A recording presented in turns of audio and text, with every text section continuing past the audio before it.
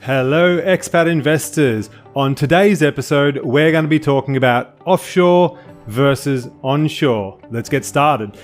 When people talk about offshore investing or offshore finance, everyone has different images that get conjured up in their minds. Some people imagine, men in dark lit bars in black suits, handing briefcases of money to each other under the table.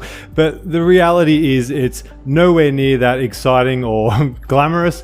If you're an Australian and you open a bank account in New Zealand, that's offshore. If you're a Canadian and you open a bank account in America, that's offshore, and more than 50% of the world's money is offshore. So in today's video, we're going to answer the question, when does it make sense to have your investments and your money offshore, and when does it not make sense? So there are three main benefits to being offshore. So the first benefit is tax advantages sometimes. The second benefit is jurisdictional security or stability. And the third one is the range of investments. So what that means is sometimes you can get good tax benefits by having your money offshore. Sometimes you can keep your money in a country which is safer to keep the money in than where you might be living. And the third one is you might get access to investments that you're not able to get access to either in the country you're living or in your home country. So some of the cons of investing offshore is the cost. So it can sometimes be more expensive. And then the scrutinization, other countries might not like you having your money offshore if you're trying to do things such as, purchase properties and you're trying to put a deposit down and the money's coming from offshore.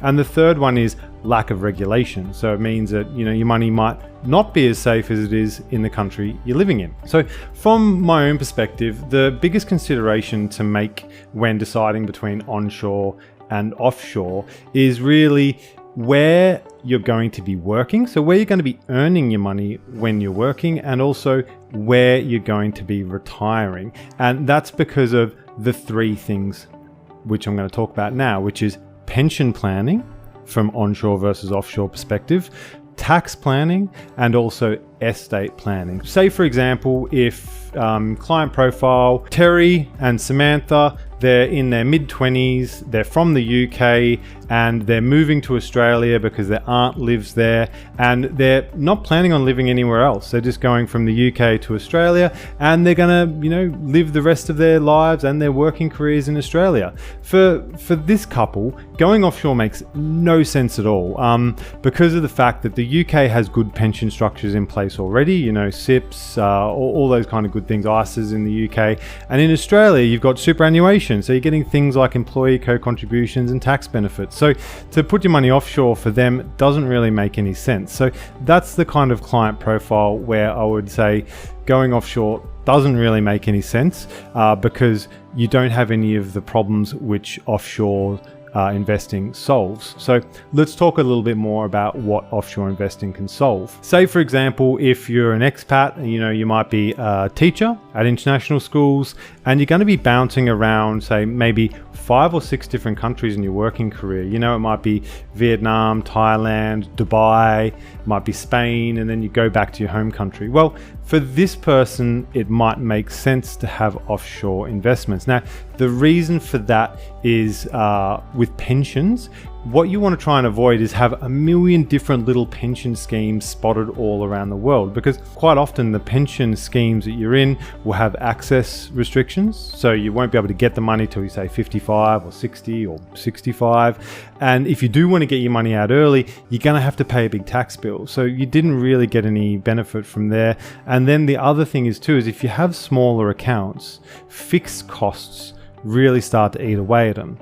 So $100 charge might not be much on $1 million account, but if it's only $1,000, well, that's 10% charge if it's $100 fixed. So, and then they all get eaten away over the years. So that's where somebody might want to set up something offshore that they can contribute to every month from a Visa or a MasterCard, and then that way they know that the money is going into an investment every month into the markets. They're still getting their growth. It's over a fixed period of time. So they're kind of like creating an offshore pension. And if they move countries, they don't have to start and stop premium payments. It just comes off the card. So that's definitely the kind of profile where it could make sense to actually go offshore. The other one is When onshore makes sense for pension planning is things such as what we talked about before, employee co-contributions. So say for example, if you move from Australia to the USA and you're working for an American company and they're giving you some kind of stock option package and you're getting say 50 cents on the dollar, so every dollar you put in, your employee is going to put in 50 cents as well, or even if it's 50-50. If you're going to do that, then the benefit you're getting is massive. Whenever you can get your employer to contribute to your retirement, that's a winner. Even if it's say a 10% contribution, so 10 cents on the dollar. If you were to invest that offshore in the stock market, well, it would have to grow by 10% before you're even matching your onshore pension in the country you're going to be living in. So that's where it might make sense to be onshore. And tax breaks, it could work either way. If you're getting, tax benefits from putting your money into the pension, you're probably going to lose those. So be careful. Whereas if you're investing offshore, you might get access to things such as gross roll-up, where you're only taxed when you take your money out. And for some countries like Australia with the 10-year rule, that tax rate is 0 if you keep the account for 10 years. The other thing to keep in mind finally on pensions is some offshore investments, you can actually either move them into your country's pension. So you might be able to move an account into superannuation from another country. So, roll them over, even things such as KiwiSaver into superannuation. So you might be able to roll funds into the pension scheme of the country you're retiring in, but you can also convert some offshore investment account into pensions. You've got things such as QNUPs, which is qualified non-UK pension schemes. There used to be things like QROPs, which is qualified recognised offshore pension schemes, but the tax benefits for them are gone. So there are some tax, offshore pensions where you can wrap an account into a compliant pension, which might be a solution for you. The third one is when you're earning money in a third country. So what I mean by that is you might be a FIFO, fly in, fly out oil and gas worker, working in Kenya, Mozambique, you're working in Vietnam, but you live in a different country where your income is coming offshore, and you might not want to bring that into the country you're living in for tax reasons, or you might have, offshore investments. You don't want to really keep it in the country you're earning it in because you've got no ties to that country except for your work contract. And also you don't want to take it back to the home country where you come from, where your passport is, because that might attract tax that you wouldn't otherwise have to pay where you're residing in the third country. So those are the people that might also benefit from offshore, where you're earning money in a third country. Same can be said for people who might have offshore company structures, Hong Kong, Seychelles, wherever that happens to be. You might have a dual tax agreement, or there might be some kind of corporate benefit you can get there. You might be able to get deferred taxation or some other things where it makes sense not to remit the money into the country you're living in. But be careful, because a lot of tax laws are fairly clear that if you're earning money as a resident of that country, even if it is being derived in another country, you'll have a tax bill. So don't want to sail into murky waters on that one. Finally, for me, one of the biggest ones is estate planning. So by having your investment offshore, quite often they can be set up as things like trusts, which is a great estate planning tool. Say, for example, if you're in a country like Thailand, where if you pass away as an expat, you're a non-resident, you're a guest in the kingdom, and it might be very difficult for you to get your money out of the account so that you can give it to your loved ones. Or the other thing is you might have family back home in your home country that you want to give all your money to, and having it in a different country law system might be very onerous. Whereas if you've got something like, say for example, a beneficiary trust, where it's an investment account when you're alive and it converts into a trust when you pass away, if you're interested in that, we've got a video on that one. These can be good tools for making sure that your underage children, so you're, say if you've got a 10-year-old daughter and an 8-year-old son, they've got at least sort of a 10-year horizon.